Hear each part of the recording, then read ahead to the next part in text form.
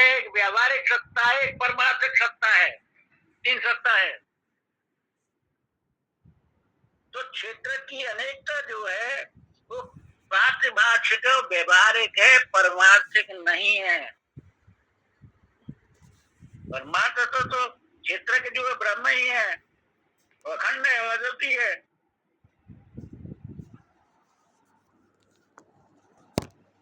लेकिन प्रश्न उठता है, अगर क्षेत्र के परमात्मा ही है तो सर्वतः पाणपादम, ये तो विश्वात्मा जैसा वर्णन है, और सर्वेन्द्र गुणात्म ये तेजस जैसा वर्णन है, और सर्वेन्द्र जैसे ये प्राग जैसा वर्णन है, और निर्गुण निर्गुण भोक्त ये तुरीय जैसा वर्णन है। तो प्रश्न ये उठता है, आखिर कहना क्या चाहते हैं?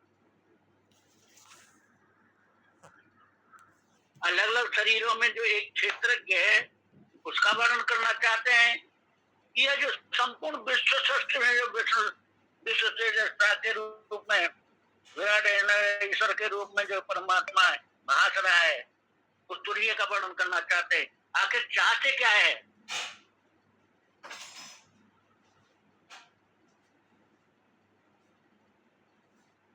विभक्त विभक्त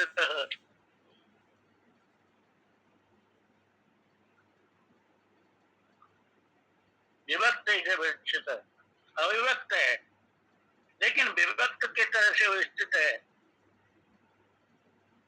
ब्रह्म का लक्षण कैसा है? ब्रह्म का लक्षण है महाराज जन्मादस्यत, ये तो वायमान भूताने जायन्ते, श्रुत का निरूपण है।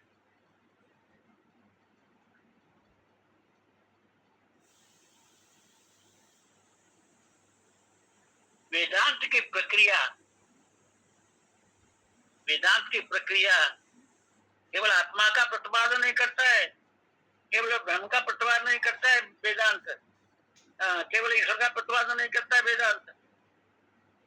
वेदांत जो है, मुख्य बात वेदांत में है बताइए कि आत्मा और ब्रह्म दोनों दो नहीं है, ये प्रतिपादन है वेदांत का। वेदांत का प्रतिपादन है कि आत्मा ब्रह्म दो नहीं है। ब्रह्मात्मा के प्रतिपादन के लिए वेदांत शास्त्र की प्रवृत्ति है। आत्मा ब्रह्म की एकता के प्रतिपादन के लिए वेदांत शास्त्र प्रवृत्त हुआ है। केवल ब्रह्म के प्रतिपादन के लिए नहीं, या केवल आत्मा के प्रतिपादन के लिए वेदांत नहीं है। वेदांत जो है ब्रह्म आत्मा की एकता के प्रतिपादन के लिए वेदांत शास्त्र प्रवृत्त हुआ है। सत्यम ज्ञान अनंतम ब्रह्म, ये अवांतर वाक्य महाराज, अवांतर वाक्य।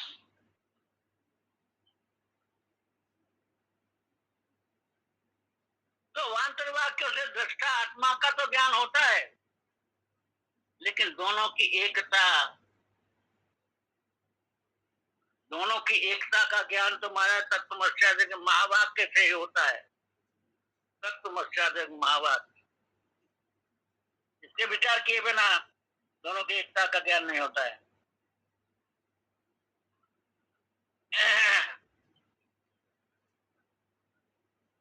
तो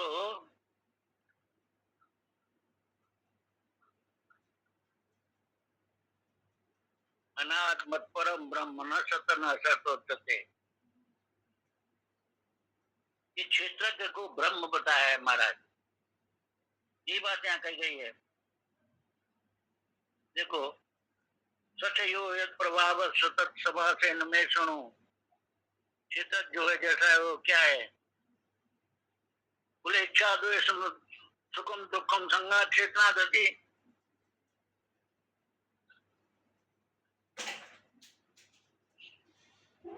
तो प्रश्न ये है महाराज, क्षेत्र तो सबके शरीर में अलग अलग उत्पन्न है, सबके शरीर में क्षेत्रज्ञ हम मैं हूँ ये तो सब जानते हैं।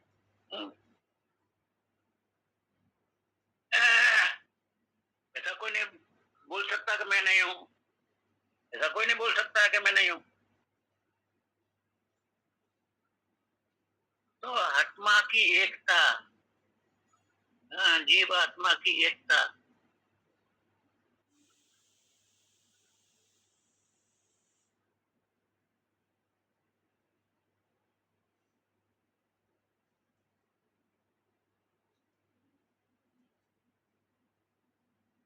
तो देखिए, शरीर में जो मैं आरोपित करके आप अपने को मनुष्य बोल मानते हो, कट की प्रधानता से मनुष्य, लिंग की प्रधानता से इसलिए पुरुष है, संप्रदाय की प्रधानता से हिंदू है, मुसलमान है। कोई आदमी है, मोटर पर कोई आदमी बैठ जाए और बोले कि मैं मोटर हूँ, कोई मोटर पर बैठ जाए बोले मैं मोटर हूँ, तो मोटर तो वो हो नहीं जाता है। इसी प्रकार ये क्षेत्रज्ञ है, ये देह रूपी मोटर पर सवार है, ये क्षेत्रज्ञ जो है, लेकिन किसी प्रकार मोटर नहीं हो सकता। क्षेत्रज्ञ मीन से आत्मा, आत्मा शरीर में व्याप्त है, लेकिन ये आत्मा शरीर तो नहीं हो सकता ना। तो कहने का मतलब है कि जब तक हम देह की उपाधि को नहीं छोड़ेंगे, देह की उपाधि को नहीं छोड़ेंगे,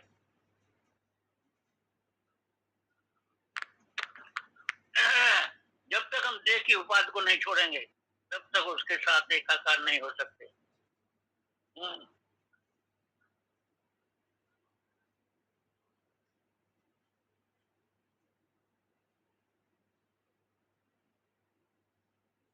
तो देखिए, हम परमात्मा के साथ कैसे एकाकार हो।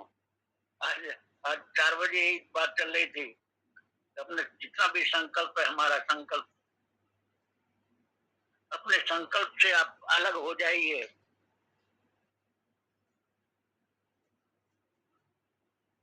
अपने संकल्प से अलग हो जाइए, ईश्वर के संकल्प से भी बाहर निकल जाएंगे आप। ये शरीरगत व्यस्त संकल्प का जो तुम्हारा तादात्म्य है ना, शरीरगत व्यस्त संकल्प से जो तुम्हारा तादात्म्य है, इसे तो समझ संकल्प के पराधीन हो। इस व्यस्त संकल्प से शरीर के संकल्प से अलग हो जाए हम।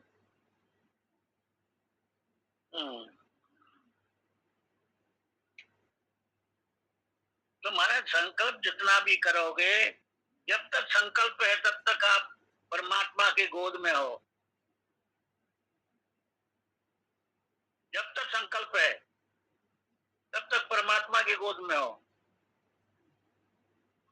ईश्वर ने हमारे मकान को ढा दिया, ईश्वर ने, तो ईश्वर के पराधीन क्यों हुए? क्योंकि तुमने अपने संकल्प को परमात्मा के संकल्प के साथ नहीं मिलाया, मैं मेरा करके बैठ गए। और जब हम अपने संकल्प को परमात्मा के संकल्प के साथ मिला देंगे, तो फिर चिंता रहित हो जाएंगे। जय विद्रा के राम ताई विद रहिए। तो जब तक हम अपने संकल्प को परमात्मा के संकल्प के साथ नहीं मिलाते हैं, मैं मेरा करके जब तक बैठे हुए हैं,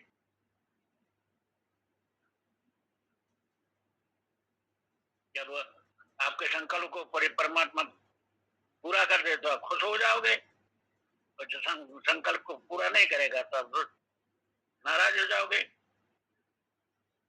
बोले ईश्वर तो बड़ा क्रूर है, हमारा ऐसा नुकसान कर दिया।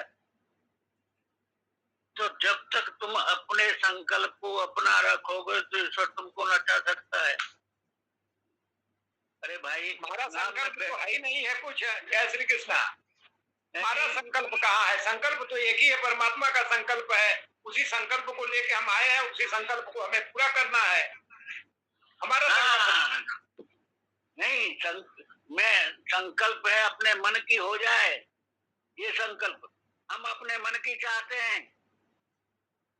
अरे बांके बिहारी के पास में दर्शन करने जाते हैं तो वो बांके बिहारी तो झोली फहरा के बैठा हुआ है, तुमको दे रहा हूँ, लेकिन हम तो चाहते हैं कि 9 महीने में बेटा हो, बेटी न हो, बेटा ही हो, और सुंदर हो, और गुणवान हो, बुद्धिमान हो, और 9 महीने के अंदर ही हो। तो ऐसा जो संकल्प लेके बैठे हुए, तो बाकी बिहारी विचार करने लगते हैं जब मैं इसको क्या दूं, इसके भाग में तो है नहीं। तो हम अपने संकल्प को परमात्मा के संकल्प के साथ मिला दे कि जो देना है वो दे दे, तो समस्या ही नहीं रहती है कोई। हम अपना संकल्प बचाए रखते हैं महाराज।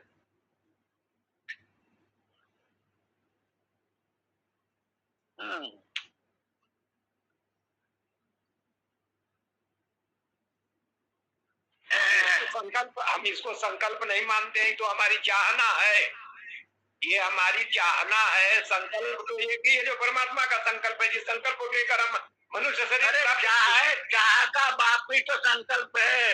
संकल्प भगवान कामान सर्वान त्यक्तान अशेषत। संकल्प भगवान कामान सर्वान त्यक्तान अशेषत। संकल्प, कामना का बाप का नाम संकल्प है। अगर बाप ही मर जाएगा तो बेटा कहां से रहेगा? आप समझो थोड़ा। समय हो गया है तो देखो भूतेषु,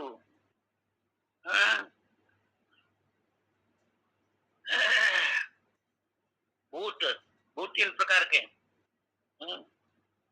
भूत प्राणी, एक तो स्त्री पुरुष भूत प्राणी, दूसरा पंचभूत, पंच महाभूत, ये भी भूत हैं, और एक भूत है जो प्रतीत हो रहा है। प्रतीत जो हो रहा है, अरे महाराज ये वर्तमान है, ये भी तो भूत ही हो गया ना।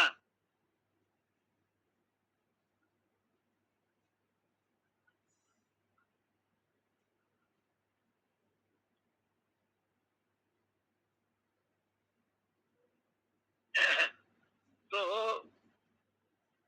ये लकीर खींच दो, मन से धरती पर लकीर को आकर कह दो कि पूर्व, तो दिशा का वर्णन जो है, काल का वर्णन और दिशा का वर्णन बिना वस्तु के नहीं हो सकता। काल की पहचान और देश की पहचान बिना वस्तु के नहीं हो सकती, ये आप ध्यान रख लीजिए। ये कुर्सी है वस्तु, तो इसे पूरब में, पूरब पश्चिम उत्तर दक्षिण, इसे पहचाना जाता है, इसकी पहचान होती है, समय की पहचान होती है। तो देश की और काल की पहचान वस्तु से हुआ करती है महाराज।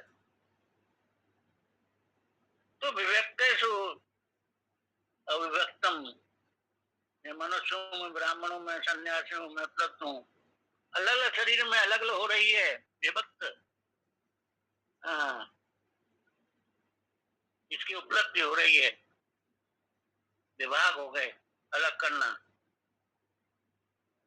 लेकिन बुद्ध में से गड़बड़ी दूर करनी है।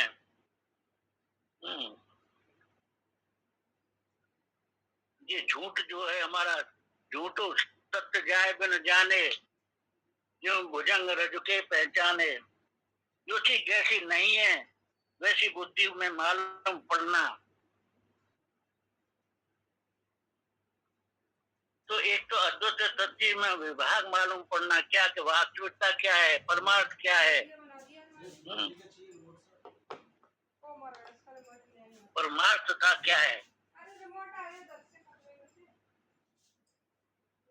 तो क्षेत्रज्ञ का जो ब्रह्म के रूप में वर्णन किया है, असल में यहाँ यही कहा है कि आत्मा और ब्रह्म एक है।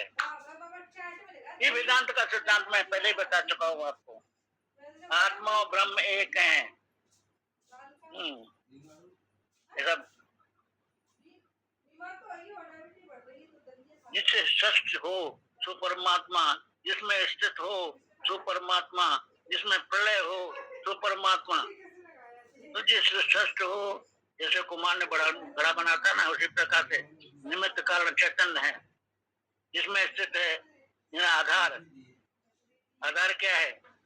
मिट्टी, घड़े की शक्ल बनी, कुमार बनाया धरती, मिट्टी आधार है, सिर में मिट्टी, और जिसमें जब फूट करके फिर गड़ा जो मिट्टी हो गया, तो मिट्टी जो है घड़े का उपादान है। तो षष्ठी स्त्री प्रलय कहने का अभिप्राय ऐसा है कि ये जो नाम रूपात्मक प्रपंच प्रतीत हो रहा है, नाम रूपात्मक जो प्रपंच प्रतीत होता है, उसका निमित्त उपादान क्या है?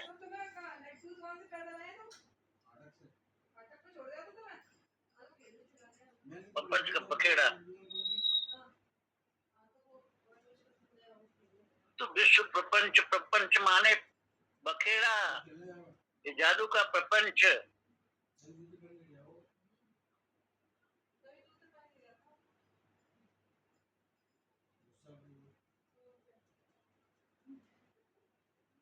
तो विचार करो कि श्रुति ने ब्रह्म को जगत का कारण, जगत का आधार, जगत का उपादान, जगत का निर्माता, सस्ता बनाया है, सस्ता भरता हरता बनाया है।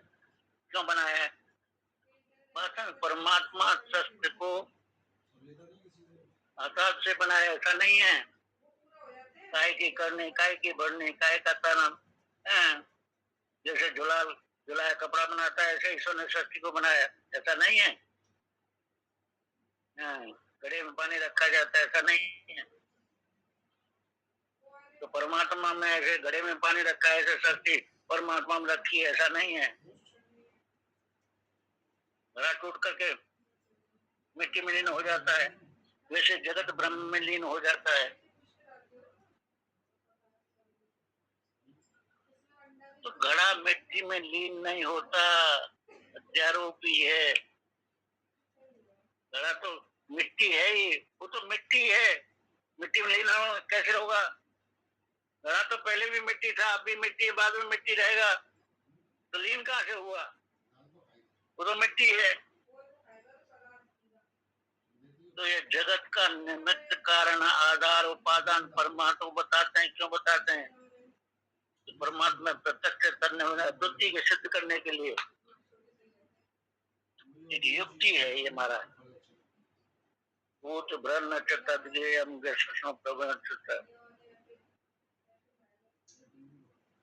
कोई भरता है, कोई उत्पत्ति करता है, कोई प्रलय करता है। यहाँ पर समय हो गया, माने के विराम देता हूँ। बोलो सच्चिदानंद भगवान की जय, वहाँ के बिहारी लाल की जय, गुरुदेव भगवान की जय। जय जय श्री राधे श्याम, जय श्री कृष्ण महाराज, जय श्री कृष्ण। आइए शर्मा जी। जय श्री कृष्ण, जय श्री कृष्ण। ओम शंकरं शंकराचार्यं केशवं बादरायणं सूत्रभास्कृतौ वन्दे भगवन्तौ पुनः पुनः ईश्वरो गुरुरात्मेति मूर्तिभेद विभागिने व्योमव्याप्तदेहाय दक्षिणामूर्तये नमः। ओम शांति शांति शांति। वसुदेव सुतं देवं कंसचारूणमर्दनं देवकी परमानंदं कृष्णं वन्दे जगद्गुरुं। नमस्ते रामचंद्राय माधवाय नमो नमः, गोविंदाय नमस्तुभ्यं, नमस्ते परमात्मने अद्वैत ब्रह्म रूपाय ज्ञान गम्याय ते नमः। नमः पुनः रम्याय माधवाय चिदात्मने। ओम श्री परमात्मने नमः। श्रीमद् भगवद गीता बहुने में भी तीतानि जन्मानि तब चार्जुन तान्यम वेद सर्वाणि नैतम वेद परम तपा अजो अपि सन्नुव्यात्मा भूतानाम ईश्वरोऽपि सन् प्रकृतिं स्वामधिष्ठा संभवदात्माया यदा यदा हि धर्मस्य ग्लानि भक्ति वार्ता अभ्युत्थान धर्मस्य तदात्मानं सृजाम्यहम्। परित्राणाय साधूनां विनाशाय च दुष्कृतां धर्म संस्थापनार्थाय संभवामि युगे युगे। जन्म कर्म च मे दिव्यम् एवं यो वेत्ति तत्त्वतः त्यक्ता देहं पुनर्जन्म नैति मामेति सोऽर्जुन।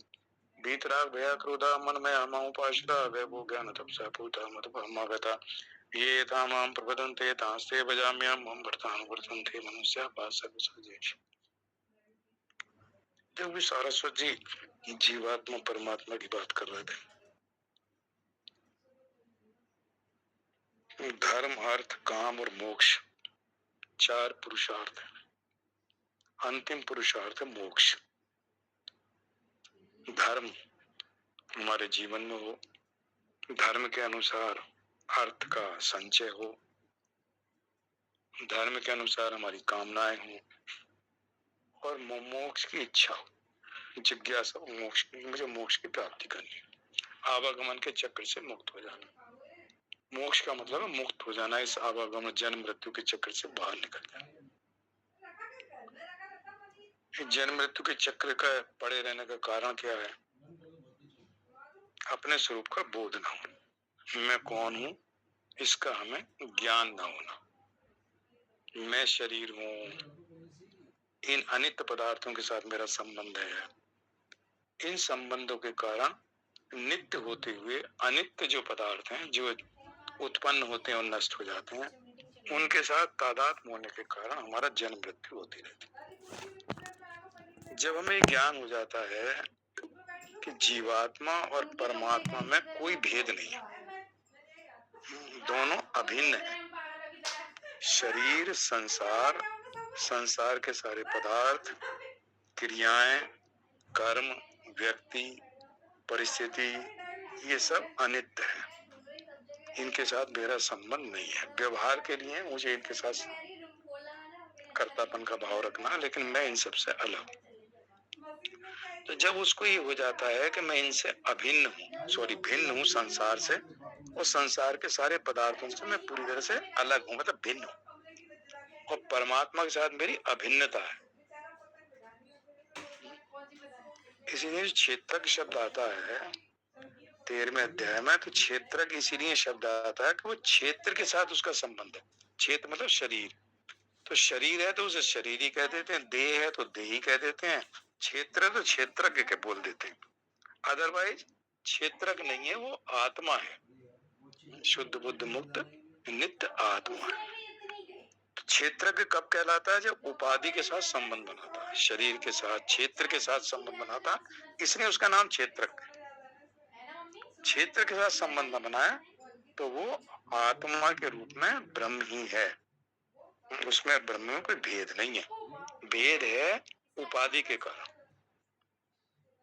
ब्रह्म ही अविद्या से युक्त होकर, उपाधि से युक्त होकर, उपाधि लेकर जीव बना। अब बताओ इस बात को कुछ सोचे कि हम कहते हैं हम जीव हैं, कहते हैं ब्रह्म ही जीव बना हुआ अविद्याकृत उपाधि के कारण, तादात्म्य नहीं, क्योंकि जीव के अलावा, ब्रह्म के अलावा दूसरी कोई वस्तु ही नहीं। अद्वैत सिद्धांत में दूसरा नहीं है। अगर जीव और ब्रह्म दो होंगे तो दो हो जाएंगे, द्वैत हो जाएगा।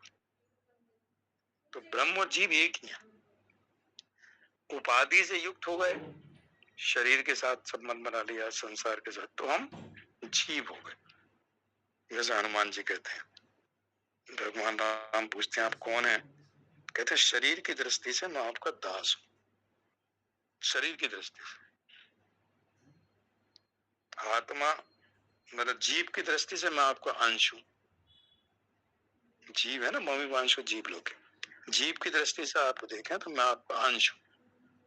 लेकिन तत्व की दृष्टि से देखें, आत्मा की दृष्टि से, जो आप हो वही मैं हूं, मुझ में और आप में कोई भेद नहीं है, ये तत्व की दृष्टि है। तो जीव की दृष्टि से वो कहता है मैं अंश हूं, मैं भक्त हूं, आप भगवान। तो वो कहते हैं कि जब हम कौन सी सतह पे हैं, तो धीरे धीरे धीरे धीरे शास्त्र और सत्संग क्या करता है, जो अज्ञान है उसकी निवृत्ति करता है, ज्ञान नहीं देता। जो अज्ञान है, जो हमने विपरीत चीजें मान रखी हैं अपने बारे में, उनको दूर करता है। तो विपरीत चीजें दूर हो जाती है तो हम अपने स्वभाव की स्मृति हो जाती है कि मेरा वास्तविक स्वरूप क्या है। तो जीवात्मा और परमात्मा की जो अभिन्नता है, उसका अगर ज्ञान हो जाए तो वो जो ज्ञान है उसका नाम मोक्ष है।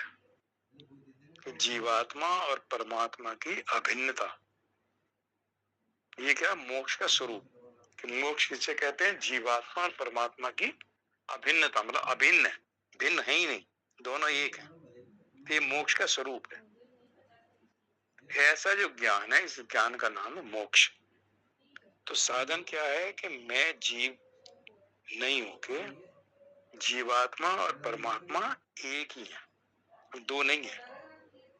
जीवात्मा है जब शरीर की उपाधियों के साथ संबंध बना लिया, शरीर के साथ संबंध बना लिया, जीव बन गया, फिर सुखी दुखी वगैरह वगैरह वगैरह वगैरह। और ये इसका भेद का कारण क्या है? वो है प्रकृति। कि प्रकृति के साथ, प्रकृति से तो सब बना हुआ है ना, सूक्ष्म शरीर, स्थूल शरीर, कारण शरीर, सब प्रकृति के जो 3 गुण है उनसे बना हुआ।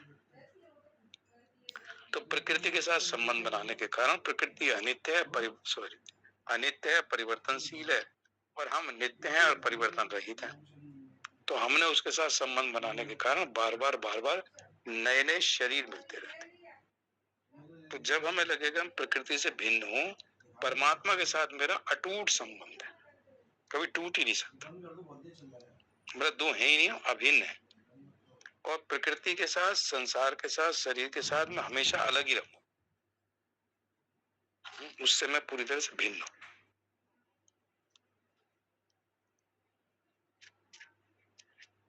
तो बहुत से लगता है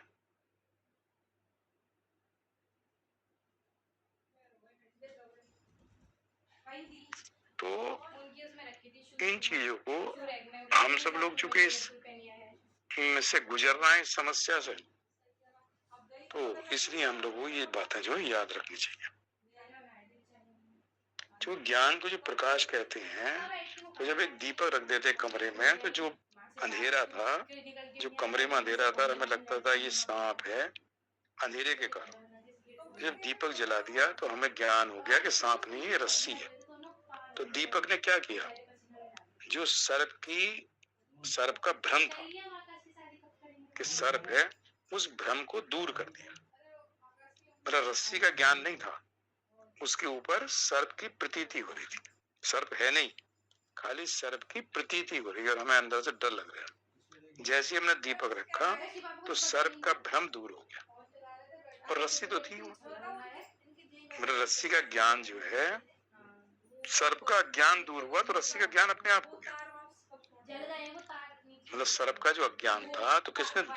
प्रकाश ने दूर कर दिया। ऐसे जो शास्त्रों का अध्ययन करते हैं, स्वाध्याय करते हैं, महात्माओं का सत्संग सुनते हैं, आजकल उपनिषद चल रहा, तो हमें क्या होता है कि जो हम अपने आप को शरीर समझते थे, जैसे आज मन की बात हो रही थी, वाणी की बात हुई, तो उसको हम जब शरीर समझते थे, मन समझते थे, तो हमें ज्ञान हुआ। हमारा जो अज्ञान था, ये जो विपरीत भावनाएं थी, दूर हो गई। और जब ये विपरीत भावना दूर होगी तो बचा गया जो शुद्ध चैतन्य आत्मा बची, वही मैं हूं। तो अपने स्वरूप का जो हमें विपरीत हम मानते थे, अपने स्वरूप के बारे में जो हमारी धारणाएं, गलत धारणाएं पाली हुई थी, जो अनंत जन्मों से सृष्टि के आदि से, और इस सृष्टि जो पिछली सृष्टि थी, इस महाप्रलय से पहले, तो हम तो शुरू से चले आ रहे हैं ना, इस सृष्टि के आदि से ही चले आ रहा है। तो अनंत अनंत अनंत अनंत जन्म हो चुके। तो इतने शरीरों में रहते रहते शरीर के साथ थोड़ा सा संबंध हो गया, मैं शरीर हूं, ये भाव हो जाता। तो ये जो विपरीत भाव है, ये जो, और विपरीत भाव ने मेरी मान्यता है नहीं। चाहे हम कितना ही कह रहे हैं कि मैं शरीर हूं, शरीर बन ही नहीं सकते, जो आत्मा असंग है। तो लेकिन हमारा जो ये भ्रम है, जो हमारी विपरीत मान्यता कहते हैं, मान रखा है हमने, है नहीं मतलब मान रखा है। तो ये मान्यता दूर हो जाती है सुन के। जब मान्यता दूर हो जाती है, विपरीत मान्यताएं, तो अपने वास्तविक स्वरूप का हमें हो जाता है कि अरे ये मैं नहीं हूं, मैं ये हूं। तो जो मैं हूं उसे मानना है, जो मैं नहीं हूं उसको हटाना। लेकिन ये चीज होती क्यों नहीं? मतलब क्यों नहीं इस संसार में इतने व्यक्ति हैं तो उनके अंदर ऐसी बात आती? क्योंकि मनुष्य जन्म जो मिला है और मनुष्य शरीर मिला है, ये अपने आप को जानने के लिए मिला, ये इसका सबसे बड़ा लक्ष्य है। बाकी काम तो जब जन्म मिला है तो पढ़ाई लिखाई, शादी ब्याह, बच्चे, परिवार, ये सब करनी है। जो संसार में व्यवहार भी करना, संसार बनाए रखना, चलना है, और शरीर का निर्वाह करना है, परिवार का निर्वाह करना, ये सब काम होने। लेकिन ये था हमारा मनुष्य जन्म का पहला प्रथम लक्ष्य था, अपने आप को जानना कि मैं जीवात्मा नहीं हूँ, परमात्मा के साथ मेरी अभिन्नता है। और बाकी सब काम को फिर करते रहना, संसार में व्यवहार करते रहना, अपने आप को जानने के बाद। ये सोचा कि मैं 90 साल में जानूंगा, और ना हुए मैं 90 साल तो दिक्कत नहीं। तो जब हो सके उसको जान ले, जितना जल्दी हो सके। ब्रेड ले तो आओ, हम ब्रेड उसको से तो खा भूल लेंगे। जाते हैं, बाकी चीजों में अपना पूरा जीवन लगा देते हैं, भूल क्यों जाते हैं? क्योंकि जब तक चित्त शुद्ध नहीं होता तब तक ये जिज्ञासा उत्पन्न किसी व्यक्ति के अंदर नहीं। मैं कौन हूँ, कहाँ से आया हूँ, क्या करने आया था, क्या कर रहा हूँ, मतलब ये जो प्रश्न है किसी के मन में नहीं आ सकते जब तक अंतःकरण की शुद्धि। अंतःकरण की शुद्धि होगी तब ऐसी जिज्ञासा, जब जिज्ञासा ऐसी उत्पन्न होगी तब वो इस लाइन पे आगे बढ़ेगा कि मैं दलिया खाने से उल्टी हो जाएंगी। कोई ऐसा व्यक्ति मिले जो मुझे बताए सास ये करो वो करो, तो ऐसी जिज्ञासा उत्पन्न होने की। तो ये जो लोग हम सब बैठे हैं 8 लोग, तो हम सबके जो चित्त शुद्ध है तब मन में ऐसी जिज्ञासा उत्पन्न, आत्मा क्या है, हम कौन है, क्या है सूक्ष्म शरीर, स्थूल शरीर क्या है। तो इसका मतलब चित्त की शुद्धि तो हो गई, तब ऐसी जिज्ञासा उसमें लग रहती है। चित्त की शुद्धि के लिए हो गई जो कल 10वां श्लोक था 6वें अध्याय का ध्यान योग। ध्यान योग भी चित्त की शुद्धि के लिए मन एकाग्र होता है।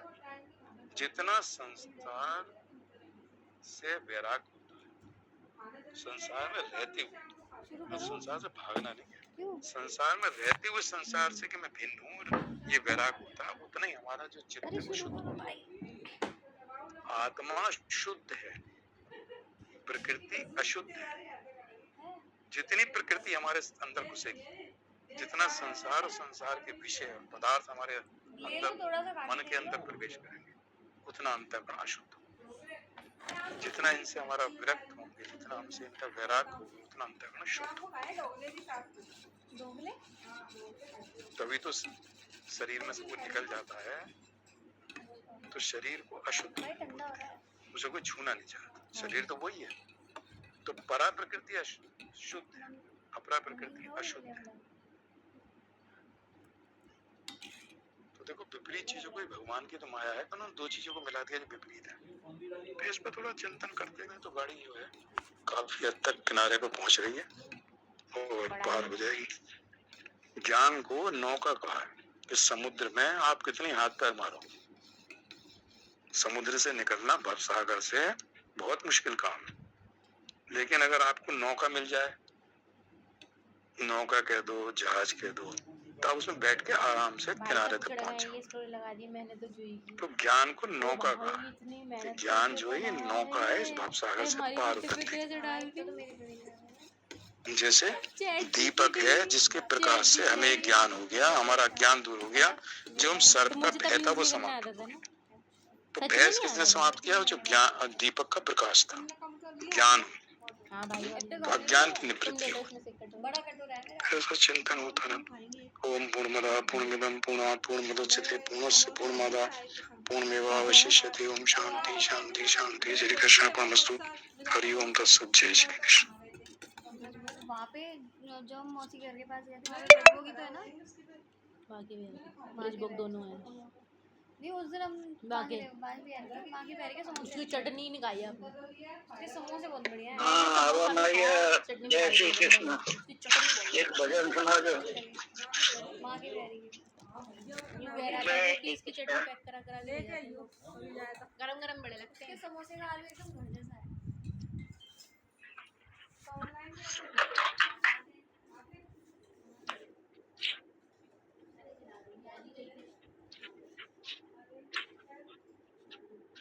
जय श्री कृष्ण। ऐसा कहते हैं सब लोग कि जादू भरी पग रज है तुम्हारी। ऐसा कहते हैं सब लोग कि जादू भरी पग रज है तुम्हारी। इस पद रज का स्पर्श हुआ तो, इस पद रज का स्पर्श हुआ तो मौन शिला बनी सुंदर नारी। मेरे पास है बस एक नैया सारे कुटुंब की पालन हारी। मेरे पास है बस एक नैया सारे कुटुंब की पालन हारी।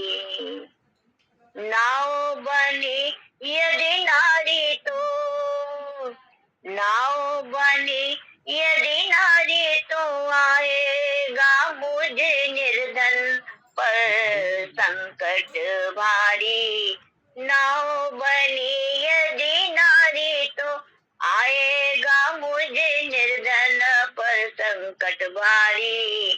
एक नारी का कठिन है पालन, कैसे पालूंगा दो दो नारी। एक नारी का कठिन है पालन, कैसे पालूंगा दो नारी। केवट प्रभु के पाँव पखारन हेतु कटौती में जल भर लाया। केवट प्रभु के पाँव पखारन भर लाया। पाँव पखार लिया चरणामृत, फिर प्रभु को नौका में बिठाया। पाँव पखार लिया चरणामृत, फिर प्रभु को नौका में बिठाया। गंगा पार पहुँच कर, गंगा पार पहुँच कर उतराई देने का अवसर आया। देने लगी सिर केवट ने हिलाया। देने लगी वैदेही अंगूठी, तो नामे सिर केवट ने हिलाया। सुनो मेरी विनती राम सरकार, सुनो मेरी विनती राम सरकार। राम सरकार सिया सरकार, राम सरकार सिया सरकार। सुनो मेरी विनती राम सरकार। नाई धोबी धीमर केवट और लुहार सुनार, नाई धोबी धीमर केवट और लुहार सुनार। अरे एक दूजे से लेन मजोरी जिनका एक व्यापार। अरे एक दूजे से लेन मजूरी जिनका एक व्यापार। मैं नदिया का केवट तुम, मैं नदिया का केवट तुम भवसागर तारणहार। राम प्रभु मेरी मजदूरी तुम पर रही उधार। जब मैं आऊं घाट तुम्हारे कर दीजो बेड़ा पार। सुनो मेरी विनती राम सरकार, सुनो मेरी विनती राम सरकार। राम सरकार सिया सरकार, राम सरकार सिया सरकार, सिया सरकार। सुनो मेरी विनती राम सरकार। ये रामायण है पुण्य भूमि श्री राम की, ये रामायण है पुण्य भूमि श्री राम की। जय श्री राम। सभी को सादर प्रणाम, सादर नमन। जय श्री कृष्ण। बहुत सुंदर केवट संवाद सुना दिया आपने माता जी, बहुत बहुत आभार, साधुवाद। कल लवकुश का भी सुना दीजिए, हम कथा सुनाते हैं। बहुत बहुत आभार।